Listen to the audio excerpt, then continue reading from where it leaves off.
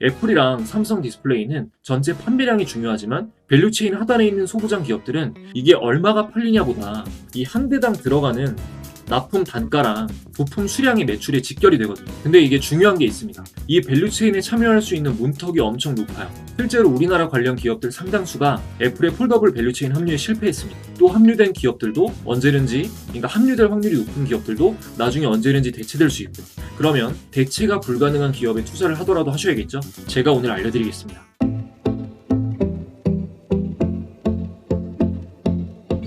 네, 여러분 반갑습니다. 개인 투자자의 성공 투자를 돕는 주식 파트너 엘리트 강사입니다. 오늘 코스피, 코스닥 양시장 모두 큰 폭 하락이 나왔습니다. 코스피는 매도 사이드카까지 걸리면서 공포심이 정말 극에 달하는 장세였는데요. 저번 주 금요일에 제가 올린 영상이랑 주말에 쏟아진 뉴스들을 체크하신 분들은 크게 놀라지는 않으셨을 것 같아요. 충분히 이 정도 하락이 나올 수 있을 정도로 시나리오가 흘러갔으니까요. 근데 지금 정말 정신을 똑바로 차려야 하는 시점이거든요. 이번 영상에서 지금과 같은 상황에 우리가 어떻게 대응하는 게 가장 현명한지 대화를 나눠볼 거고, 주식시장은 약세장에서도 언제나 단기적인 기회는 줍니다. 우리가 눈치를 못 채고 있을 뿐 급등주의 베이스는 정상적으로 만들어지고 있고요. 그래서 기회가 될 수 있는 이슈와 관련한 유망 종목들도 함께 소개해드리도록 하겠습니다. 정말 난이도가 높은 시장이니까 영상 집중해서 끝까지 보시고 안전하게 원칙 매매 이어나가시길 바라겠습니다. 먼저 대응 방법에 대해서 얘기를 나눠볼 건데, 우리에게는 세 가지 선택지가 있죠. 첫 번째는 시장이 안정화될 걸 예상하고 기존 보유 종목을 모두 홀딩하면서 이렇게 급락이 나올 때마다 분할 매수로 대응을 하냐. 두 번째는 주도 섹터에 우량주만 남겨놓고 포트폴리오를 어느 정도 정리한 뒤에 현금을 보유한 상태로 다음 기회를 기다리면서 관망하느냐. 세 번째는 추가적인 하락 시나리오에 비중을 둬서 다 던지고 시장을 떠나느냐. 이런 선택지들이 있는데, 세 번째를 선택하시는 분들은 이제 주식 투자를 하시기가 좀 힘든 멘탈일 확률이 높죠. 지금 공포 때문에 모든 종목을 다 던지고 시장을 떠나는 분들은 이대로 털고 안 돌아오면 다행인데 꼭 돌아옵니다. 어떨 때 돌아오냐면 다시 화랑장세일 때 고점에 꼭 돌아와요.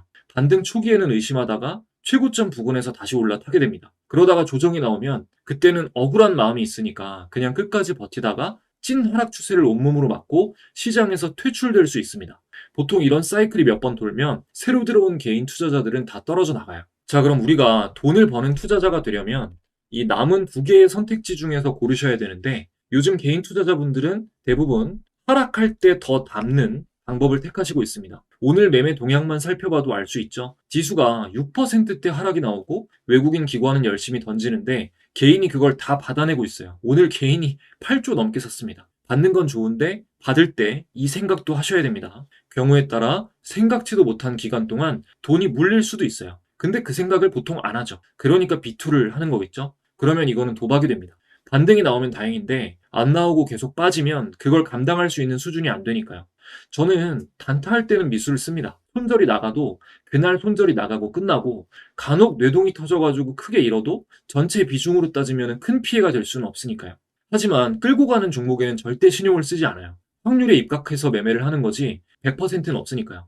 저의 경우 저번 주부터 이제 포트폴리오 정리를 좀 하고 현금 비중을 늘리고 있습니다. 영상을 꾸준히 본 분들은 아시겠지만 대부분의 사람들이 무조건 조정은 기회다라고 했을 때 저는 최근 악재의 규모가 연쇄적으로 커질 수 있는 가능성에 대해서 계속 지적을 해왔어요. 지금 비중이 많이 들어가 있는 종목은 딱 3개 정도인데 얘네는 빠지면 기분이 좋은 애들입니다. 애초에 장기 관점으로 들어간 거라 제가 살 때도 저평가되어 있다는 관점에서 산 건데 그보다 떨어지면 더 할인이 됐다는 거니까요.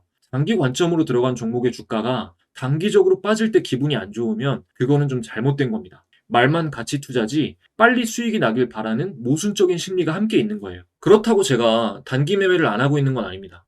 이 멤버십 가입자분들은 아시겠지만 저번 주에 이 HLB 이노베이션 돌파 패턴이 나와서 이 시점에 차트만 보고 장중 매매를 했고, 다음날에 10% 이상 수익 실현할 수 있었고요. 그리고 GS건설은 이것 멤버십 방에 언급을 드리고 나서 저번 주 금요일에 본장 기준으로 종가 매수를 해서 오늘 시장은 개파락 시작을 했는데도 수익 구간을 줘서 잘 나올 수 있었습니다. 물론 GS건설의 경우 악재가 좀 있어도 전쟁 이슈가 모멘텀으로 묻어가지고 움직이는 성향도 있기 때문에 며칠 더 가져갈 계획이었지만 이게 공포가 극심해서 이렇게 투매가 나와버리면 갈 종목도 안 가거든요. 그래서 별다른 이슈가 없었다면 더 갔을 패턴이었고 지금도 버텨주는 모습을 보이고 있기 때문에 시장이 안정화가 되면 추가적으로 연장 상승 나올 확률이 높은 종목입니다. 그러니까 저는 지금 아주 짧은 매매 위주로 하거나 장기로 들고 갈 종목은 매수 기회로 보고 분할 매수 접근을 하고 있는 거죠. 이런 식으로 매매를 하게 되면 시장이 상승 시나리오로 갔을 때는 모두가 해피한 거니까 저도 해피할 거고, 하락 시나리오로 가게 돼도 제가 분석했을 때 이미 극심한 저평가 종목의 주가가 시장 요인으로 더 내려가 주니까 기쁜 마음으로 더 담을 거예요. 그리고 제가 주력으로 하는 수익 매매 조건에 맞는 종목은 물론 지수 차트가 양호할 때 더 폭발적인 수익을 주지만 원칙을 철저히 지켜서 매매하면 언제나 기회가 있습니다. 공포 안에서 희망을 찾을 용기와 희망 안에서 공포를 찾아낼 신중함만 있다면, 그리고 하나 더 있어야 돼요. 여기에 더해서 일확천금만 바라시지 않는다면 여러분에게 주식시장은 든든한 부수입원을 안겨주는 친구가 될 겁니다. 그러다가 많이 친해지면 주수입원이 되겠죠. 원래 수익을 내려고 들어왔다가 아주 지독하게 잃어보다가 지독하게 잃으면서도 수익 내는 방법만 찾으면서 더 잃다가 바닥을 찍고 덜 잃는 법을 찾기 시작하고 덜 잃는 법이 곧 수익 나는 법이라는 걸 알게 되고 이 과정을 다 겪습니다. 자, 그럼 이제 지금과 같은 어려운 상황에서도 이후에 차트상 신호를 주면 단기 상승이 나올 가능성이 높은 베이스를 만들어낸 종목들을 소개해드리도록 하겠습니다. 오늘은 다가오는 애플의 폴더블 아이폰 밸류체인의 합류가 거의 확정되었거나 가능성이 높은 소부장 종목들을 공부해 볼 거예요. 어떤 모멘텀을 갖고 있는지 살펴보고 유망한 관련주들만 꼽아서 알려드리도록 하겠습니다. 올해 이 애플의 폴더블 폰이 출시된다는 건 모두가 알고 계실 텐데요. 전체적으로 이 폴더블 폰 출하량이 작년 대비해서 올해 약 20% 성장할 것으로 전망되고 있습니다. 경쟁이 치열해지고 있어요. 폴더블 폰의 점유율이 점점 늘어난다는 건 이 스마트폰의 프리미엄화를 의미해요. 왜냐면 너무 비싸거든요. 근데 프리미엄화 돼가지고 가격이 비싼 게 원래 애플 브랜드의 이미지잖아요. 그래서 시장은 전체적으로 출시가 되면 이제 지금 폴더블 폰 시장 점유율 1위가 31%로 삼성인데 애플이 거의 따라잡을 거라고 예상하고 있습니다. 특히 북미 시장의 경우에는 워낙에 충성도가 높아서 북미 지역에서는 삼성을 완전히 압도할 것으로 전망되고 있어요. 이 패널 같은 경우는 삼성 디스플레이가 전량 독점 공급하기로 했는데요. 우리가 투자 관점으로 볼 때 애플의 폴더블 폰 출시로 애플의 주가가 오른다거나 패널을 독점 공급하는 삼성 디스플레이가 막 급등하거나 이럴 확률은 낮습니다. 왜 낮냐면 제가 비싸다고 말씀드렸잖아요. 이게 3,400만 원대로 출고가가 잡힐 거라고 추정이 되고 있는데 워낙에 비싸다 보니까 판매량이 낮을 수 있습니다.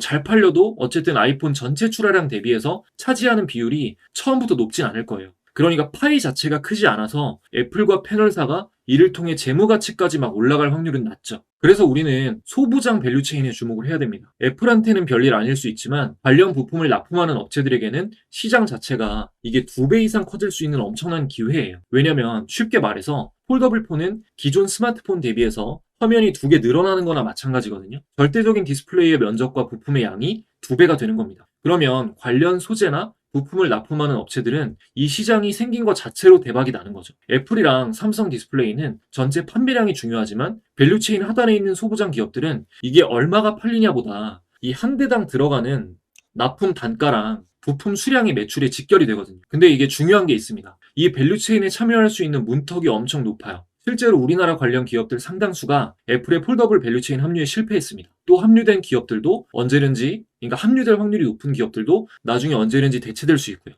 그러면 대체가 불가능한 기업에 투자를 하더라도 하셔야겠죠? 제가 오늘 알려드리겠습니다. 자, 제가 오늘 애플 폴더블 밸류체인에 합류할 가능성이 높은 종목 알려드릴 것들은 BH, 덕산 네오룩스, 파이넴텍, 도우인시스, UTI 요렇게 5개입니다.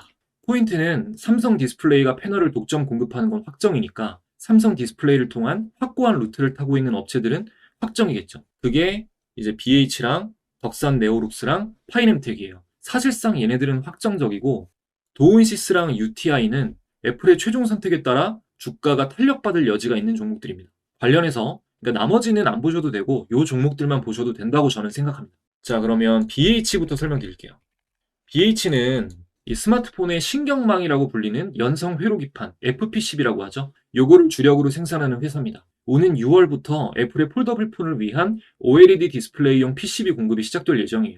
말씀드린 대로 기존 스마트폰보다 단가가 훨씬 높아서 올해 사상 처음으로 매출 2조 원을 돌파할 것으로 전망되고 있습니다. 그리고 이쯤에서 애플 폴더블 출시가 뭐 그렇게 강한 테마인가? 주가에 그렇게 영향이 있나? 라고 생각하시는 분들 위해서 사례를 좀 보여드리면, 이거 두 개가 다 2017년 기사예요.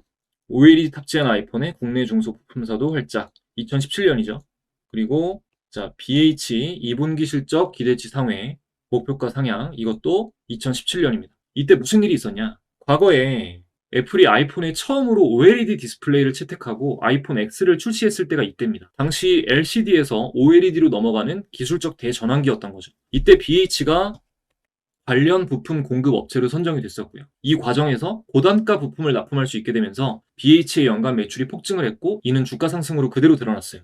그래서 2017년 BH의 주가 파동을 보면, 자, 이때가 2017년입니다. 여기서부터 2017년 12월까지 주가가 한 4배 정도 상승한 게 보이시죠? 당시에 이건 제가 매매도 했던 종목이라 기억을 하고 있어요. 지금도 이 폴더블로 제품의 구조화가 변형이 되는 이런 과정에서 디스플레이 관련 부품을 납품하는 업체들의 단가와 마진이 올라가고 있다. 이게 같은 맥락으로 통하죠. 그래서 이거는 안 짚고 넘어갈 수가 없습니다.